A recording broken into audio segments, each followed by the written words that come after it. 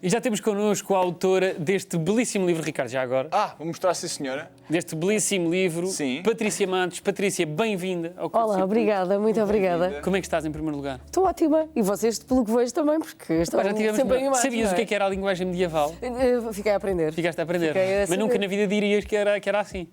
Estamos sempre a aprender, porque não para liderar, não é? Exatamente. Usar a linguagem medieval. Olha, lançaste este livro, em primeiro lugar. Como é que surgiu a ideia de escreveres este livro? Surgiu de forma muito natural, porque nós lidamos com muitas pessoas e com muitos líderes, não é? Portanto, as pessoas vão se cruzando na nossa vida e há muita vontade, pelo menos havia da minha parte, muita vontade de contar um bocadinho a história delas e contá-las um bocadinho de maneira diferente, à minha maneira. E, portanto, acabou por surgir de forma muito natural e muito tranquila. E depois fiz aquela equidade dos 10 homens e 10 mulheres, um prefácio de uma mulher e um pós-fácio de um homem e, portanto, conjugou-se tudo e ficou tudo certo. Esta ideia do líder às vezes é um bocadinho, às vezes não temos bem noção, ou seja, é uma coisa que é comum na nossa linguagem falar de líderes, mas quando estamos a falar aqui de líder, dessa característica, não estamos só a falar se cá em termos profissionais muito concretos, estamos a falar também no dia-a-dia e na vida, de que forma é que tu, mais ou menos, o que é para ti um líder, no fundo? Olha, concordo em absoluto. Eu acho que a liderança é uma palavra que está na moda, não é? Porque as pessoas usam muito, às vezes, sem ter o perfeito contexto da palavra. Eu acho que somos todos líderes da nossa vida e eu espero que sejam vocês os líderes da vossa, porque eu sou a líder da minha. E por isso, liderança vai ao básico, mais básico, de tomar decisões. Por isso, um líder toma sempre decisões. Podem não ser as mais acertadas, isso com o tempo, ou não, ou mais rápido, pode verificar-se. Não é? Exatamente. Mas a realidade é essa. Eu acho que ser líder e nós, no nosso caso, somos um bocadinho os líderes sem título, não é? Porque não precisamos de ter uma denominação associada ao nosso nome ou à nossa função. Mas para mim ser líder é exatamente isso, é tomar decisões, é saber para onde é que se quer ir, também saber para onde é que não se quer ir, porque é importante para fazer essa triagem, e com quem é que se faz esse caminho, porque esse caminho não se faz sozinho, não se faz sem pessoas, não é? Portanto, quem acha que um caminho de liderança, efetivamente na tomada de decisão, se calhar já é um ponto muito solitário, aí admito que sim.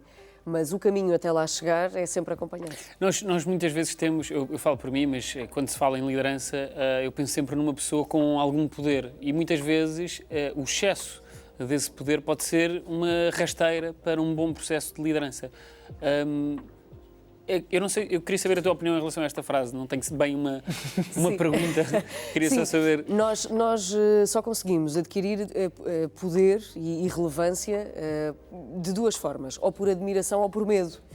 E eu prefiro sempre que seja por admiração, porque por medo a história já nos mostrou que podemos chegar a pontos muito difíceis e às vezes muito complicados de regressão, não é? Eu acho que tem de ser muito por aí. Nós temos de fazer a diferença na vida das pessoas, porque são elas que nos atribuem esse poder e essa significância. Não há forma de nós hoje acordarmos e dizer eu agora faço um trabalho muito importante, portanto eu sou muito poderoso e sou um grande líder. Isso não existe se alguém não nos atribuir essas funções e essas características. Portanto, não dá para fazer dessa forma. E eu acho que é muito isso, como dizias, concordo contigo. Acho que é o caminho feito com as pessoas e com essa atribuição por parte delas. Mas esse excesso de poder pode deixar cair completamente um bom líder? Não, esse excesso de poder, ou melhor, aquilo que tu fazes com o excesso de poder, porque o excesso de poder não é necessariamente mau, se conseguires trabalhar com ele e usá-lo em benefício teu e dos outros, não é? Agora, esse excesso de poder, se não o souberes usar bem, pode terminar com a vida de uma pessoa, arruinar a vida de uma pessoa e, no limite, a vida de uma instituição, porque se tomares as decisões erradas e não tiveres capacidade de perceber isso e voltar atrás, de perceber que erraste, e que faz parte e está tudo bem, às vezes tomamos decisões que não são corretas e na nossa vida isso acontece muitas vezes, não é? Portanto, se não tiveres essa capacidade, é morte do artista, como se costuma dizer. Tu neste livro falaste com algumas pessoas de diferentes tipos de líderes, também que encontraram desafios diferentes, falaste, por exemplo, com a Graças Freitas, também com as Graças Freitas. Com as Graças, podia haver várias graças. Ela desdobrou-se, Mas no fundo estava já aqui, isto era uma metáfora para o quão multifacetada a pessoa era, dás a perceber aqui. É verdade. E falaste também com o Rui Naveiro, que entretanto já partiu. Como é que, ou seja, são desafios muito diferentes. se calhar em perspectivas muito diferentes do que é liderança, mas se calhar haverá elementos em comum. Qual é que foi para ti uma história particular qualquer que te marcou e que elementos é que tu achaste que estavam em comum nestas pessoas? Olha, estas pessoas têm uma característica em comum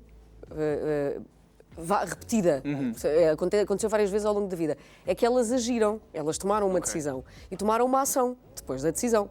E, portanto, não ficaram à espera que a vida lhes acontecesse. Foram à procura de fazer mais e de fazer melhor e de melhorar a vida dos outros. Concretamente, em relação à doutora Graça Freitas, à nossa diretora-geral da Saúde, ela queria ser agricultora. Sério, ela queria plantar batatas. Eu percebo, é fantástico. Mas depois o pai não deixou e ela acabou por se tornar médica. Tinha umas amigas que foram para... É verdade, ela era ótima à matemática e depois tinha umas amigas que acabaram por ir para a medicina e ela foi para a medicina também. Mas imagina qual é o espanto quando ela me diz: não, eu não queria fazer nada disto, sabe? Eu queria era ser agricultora, porque eu adorava a terra e depois plantava batatas e depois germinava e colhia. Aquilo para mim era um fascínio. Portanto, eu... fiquei um bocado surpreendida dessa forma. É verdade, é verdade. Mas deixa-me dizer-te também, e porque no final de cada capítulo, portanto, cada pessoa representa um capítulo do livro, e são 10, há uma história mais ou menos secreta que eu pedi para cada um partilhar. E há uma história que me tocou particularmente, que é do Sr. Almirante Gouveia Melo. Agora, chefe de Estado-Maior da Armada, mas na altura foi o nosso líder na Task Force da vacinação. E a entrevista foi feita ainda nessa altura, ainda que o livro tenha chegado um bocadinho mais tarde. Eles estão todos referenciados, as entrevistas estão todas referenciadas. Que no fundo foi a melhor altura, não é? É verdade, porque era quando havia mais histórias para contar. Mas curiosamente, eu pedi para cada um partilhar uma história e achei que ele ia partilhar-me uma história dessa altura. Mas não. Partilhou-me uma história de quando tinha 16 anos, em que estava com um amigo a fazer um braço de ferro para impressionar umas miúdas e ele diz que o amigo era bastante mais forte e, portanto, ia ganhar na boa. Mas, surpreendentemente, deixou-o ganhar. E ele disse: mas deixaste-me ganhar, tu és mais forte do que eu, mas o que é que aconteceu aqui? O que é que aconteceu aqui? E ele disse: deixei-te ganhar porque não se humilham os amigos. Grande bro, pá. Imagina dizer assim o Tu não tinhas esta atitude comigo. O quê? Achas? Eu nunca... Primeiro de tudo, eu sou homem competitivo. Eu acho que... Sim, primeiro de tudo perdias. Primeiro de tudo perdias. Não perdia. Vamos acabar a fazer braços. Estou a brincar. Podem tentar e depois podem usar essa frase, que eu acho que é uma frase muito bonita, não é? Quem quer que ganhe pode fazer isso, portanto. Olha, é sempre uma saída positiva. Patrícia, tu também tens outro livro. Tenho. Que se chama Sucesso Emocional. De que forma é que ele está ligado aqui a estes segredos de liderança? Porque isto também... O processo e a característica para ser um bom líder está muito ligado também às nossas emoções, não é? E a forma como lidamos. Sim, no fundo está ligado muito à nossa vida, não é? Nós não somos aquilo que nos acontece, mas sim a forma como lidamos com aquilo que nos acontece. E eu acredito muito nisso. Portanto, nós podemos ver, eu posso ver um problema num grão de areia e tu podes ver que aquilo é só um grão de areia. Não tem nada a ver, não é? Certo. Portanto, isso reflete muito a forma como levamos a nossa vida e como reagimos às coisas. Está um bocadinho ligado porque estas pessoas também têm uma característica que eu considero muito importante de um líder, que é a inteligência emocional. Não é?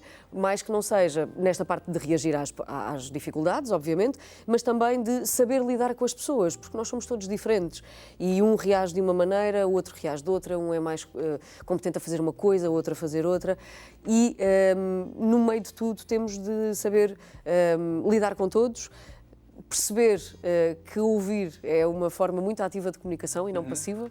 E estes acabam por se ligar também com os outros, com quem, de quem conta a história no outro livro, as histórias no outro livro também, que são mais, mas dessa forma. Esta está um bocadinho mais aprofundada e está mais do ponto de vista da liderança. Deixem-me dizer-vos que eu fiz as mesmas perguntas a todos. Ok. Portanto, segui um guião e todos foram questionados da mesma maneira. E todos responderam de forma diferente. O que é engraçado, sim. E há umas lideranças mais passivas, umas mais ativas, umas lideranças mais presentes, outras mais só de testemunho, de distribuição de trabalho, e é muito interessante nesse sentido.